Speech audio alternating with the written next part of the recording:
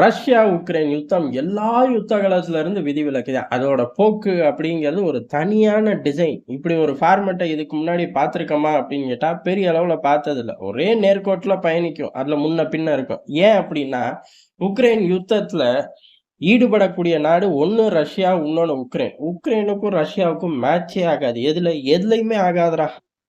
பொருளாதார, ராணுவ பலம், அரசியல் தந்திரம், உலக அரங்குல செல்வாக்கு ஒண்ணுலயும் மேட்ச் ஆகாது. ஆனா மேட்ச் ஆகுது பாரு, மேட்ச் ஆகுதுன்னு சொல்லு அப்படின்னு சொல்லி சத்தியம் பண்ணி ஊர் உலகத்தை எல்லாம் சத்தியம் போட சொன்னாங்க. பாதி உலகம் சத்தியம் போட்டுச்சு, பாதி உலகம் காமெடி பண்ணாதடா அங்கிட்டு போடா அப்படின்னு சொல்லி பத்தி விட்டோம். அதனாலதான் இந்த யுத்த காலத்துல நடக்கிறது எல்லாமே மிகப்பெரிய விசித்திரங்கள் தான். ஏன் அப்படின்னா உக்ரைனை இறக்கி விட்டது உக்ரைன் ரஷ்யாவை எதிர்க்குது, ஒர்த்து இல்லாத நாடு. இதெல்லாம் தாண்டி பேக்கப் கொடுக்கறது அமெரிக்கா, நேட்டோ. அதனாலதான் ரஷ்ய படைகளோட திட்டமிடல் முதல் 1 மாசத்துல பெரிய அளவுல தடுமாறினார்கள். ஏன் அப்படின்னா அவர்கள் உக்ரைனை மட்டுமே மையமா வச்சு வந்தார்கள். ஆனா ஒட்டுமொத்த பேக்கப்பையும் அவர்கள் பெரிய அளவுல கணக்கிடல. கிரிமியாவை விட கூடுதலா ஏதாச்சும் சேட்டை பண்றதுக்கு வாய்ப்பு இருக்குன்னு நினைச்ச இடத்துல இவ்வளவு பெரிய பேக்கப் கொடுப்பாங்கன்னு எதிர்பார்க்கல. பைடன் நிர்வாகம் முழுசா கொடுத்தனால தான் அந்த 1 மாத காலம் அப்படிங்கிறது மிகப்பெரிய சிரமம். அதுக்கப்புறம் கடுமையான திட்டமிடல்லாம் மாத்தி பெரும் வெற்றியை நோக்கி ரஷ்யா நகர்ந்துருச்சு. இதுவே பெரிய அளவு யுத்த காலத்துல இதுவரையும் பார்க்காத ஒரு விஷயம்தான். அடுத்த கட்டமா முழு பேக்கப் கொடுத்து இந்த யுத்த காலத்தையே மாத்துற அளவுக்கு 1 மாத காலங்கள் ரஷ்யாவுக்கு சிரமம் கொடுக்குற அளவுக்கு இருந்த அமெரிக்கா, நேட்டோ எல்லாம் தெரிச்சு ஓட ஆரம்பிச்சிட்டார்கள். ஏன்னா யுத்தம் நடந்துகிட்டே இருக்கு, பெரிய அளவுல ரிசல்ட் இல்லை அப்படின்னு பின்வாங்க ஆரம்பிக்கும் போது ஆட்டோமேட்டிக்கா பைடன் போய் ட்ரம்ப் அடிக்க ஆரம்பிச்சிட்டாரு. எதுவுமே நான் தரமாட்டேன், உட்கார்ந்து பேச்சுவார்த்தையில கையெழுத்து போடு அப்படின்னு அப்படியே தலைகீழா மாறிடுச்சு. உண்மையாவே ஒரு காமெடியனை உண்மையான ஒரு ஹீரோ மாதிரி தூக்கி வச்சு கடைசியில காமெடியனுக்கு கீழே கொண்டு போயிட்டார்கள். அப்படியே ஒரு வட்டத்துக்குள்ள உக்ரைன் மக்களை சுத்தி விட்டு அடிக்க ஆரம்பிச்சிட்டார்கள். அது அம்புட்டுக்கு காரணம் அந்த மக்கள் ஜெலன்ஸ்கியை தேர்ந்தெடுத்தது. இந்த மாதிரி இந்த யுத்த காலத்துல ஏகப்பட்ட ட்விஸ்ட் அண்ட் டர்ன்ஸ். அதுல இப்ப கெட்ட செய்தி வரதுலயும் ட்விஸ்ட் அண்ட் டர்ன்ஸா வந்துருச்சு. காரணம் என்ன அப்படின்னா, ஜெலன்ஸ்கிக்கு முந்திலாம் அந்த பகுதி போச்சு, இந்த பகுதி போச்சு, இந்த வீரர்கள் ஓடி போயிட்டார்கள் தெரியுமா, இந்த எம்பியை எல்லைகள்ல பிடிச்சிருக்காங்க, பயப்புள்ள கிட்ட 4 சூட்கேஸ் ஃபுல்லா டாலர் தான். இதுக்கு நடுவுல ஆசிய கண்டத்துல ஒரு தீவிரவாதி குரூப் கிட்ட அமெரிக்க ஆயுதம் சிக்கியிருக்காமா, அது உக்ரைனுக்கு அனுப்பின ஆயுதம்னு பேசிக்கிறாங்க தல அப்படின்னு சொல்லி ஜெலன்ஸ்கிக்கு ஒரே கெட்ட செய்தி நாட்கள் கணக்குல வார கணக்குல வந்துகிட்டு இருந்த இடத்துல இப்ப 1 மணி நேரத்துக்கு 1, நிமிடத்துக்கு 2 அப்படின்னு வருது.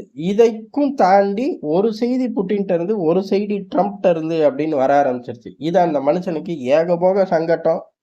ஆனா நல்லவனுங்களுக்கே பிரச்சனை வரும்போது கெட்டவனுக்கு வராதா, அனுபவிக்கட்டும் அப்படிங்கிற மாதிரிதான் உக்ரைன் மக்களோட எண்ண ஓட்டம். ஏன்னா ஒண்ணுமே செய்யாம நாட்டை விட்டு ஓடி போய் உட்கார்ந்துருக்கமேடா. ரஷ்யா கூட கடுமையான பகை எதுவுமே கிடையாது. ஆனா ரஷ்யா உள்ளுக்குள்ள வந்துருச்சு, நாங்கெல்லாம் நாட்டை விட்டு ஓடி போய் உட்கார்ந்துருக்கோம், வாங்க வாங்க நாங்க இருக்கோம் அப்படின்னு சொன்ன அப்புறம் இன்னைக்கு போங்க போங்க எதுக்கு இங்க இருக்கீங்க அப்படின்னு ஐரோப்பால சொல்லிக்கிட்டு இருக்காங்க. இதுக்கெல்லாம் காரணம் நீ தானே, அனுபவி அப்படின்னு அவர்கள் ஒரு பக்கம் சொல்றார்கள்.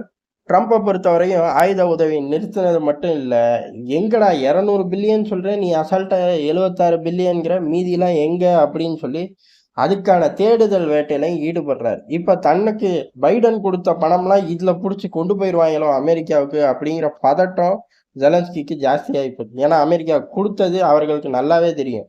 அம்புட்டு ஆபீஸையும் ரைட் பண்ணி பேப்பர்களை பூரா தூக்குறார்கள். அதுல ஜெலன்ஸ்கியோட இன்டைரக்ட் டிரான்சாக்சனை புடிச்சிட்டார்கள் அப்படின்னா அதையும் போய் சீஸ் பண்ணிட்டு வந்துருவார்கள். ட்ரம்ப்பை பொறுத்தவரை பண விவகாரத்துல தயவு தாட்சணையே கிடையாது. எங்கெங்க கொடுத்தோமோ அங்க பூரா புடுங்கு அப்படிங்கிற ஒரு மூட்ல சுத்திக்கிட்டு இருக்க ஆள்கிட்ட இருந்து கெட்ட செய்தி வரும்போது ஜெலன்ஸ்கிக்கு கூடுதலான பதட்டம். அதாவது ரஷ்யா கிட்ட இருந்து வர செய்தி நிலங்கள் போகுது அப்படிங்கிறதா, எங்க உக்ரைனோட நிலம் போகுது. அமெரிக்கா கிட்ட இருந்து வர செய்தி ஜெலன்ஸ்கியோட ஆப்ஷோர் அக்கௌண்ட்ல உள்ள பணம் போகுது அப்படிங்கிறது. மனுஷன் எதுக்கு ரொம்ப பயப்படுவாரு, தன்னோட ஆப்ஷோர் அக்கௌண்ட்டுக்கு தான் ரொம்ப பயப்படுவாரு. அதனால ஒரு பக்கம் அந்த மாதிரி செய்திகள் வருது.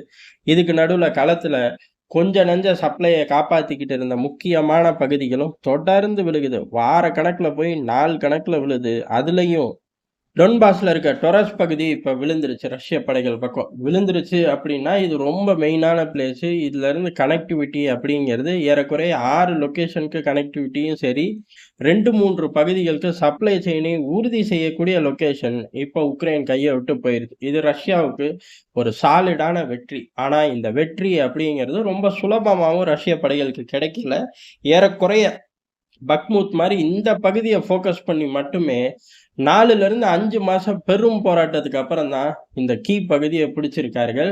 இதுல உக்ரைனோட 25,000 வீரர்கள கடந்த 5 மாதங்கள்ல உக்ரைன் இழந்திருக்கு அப்படிங்கிறது தான் இவ்வளவு தூரம் போராடி ரஷ்யா பெற்ற பெரும் வெற்றி. அடுத்தடுத்த நகரங்கள் ரொம்ப சுலபமா விலகும். ஏன் அப்புட்ன்னா 2, 3 சப்ளைக்கு இது ஹப்பா இருக்கு.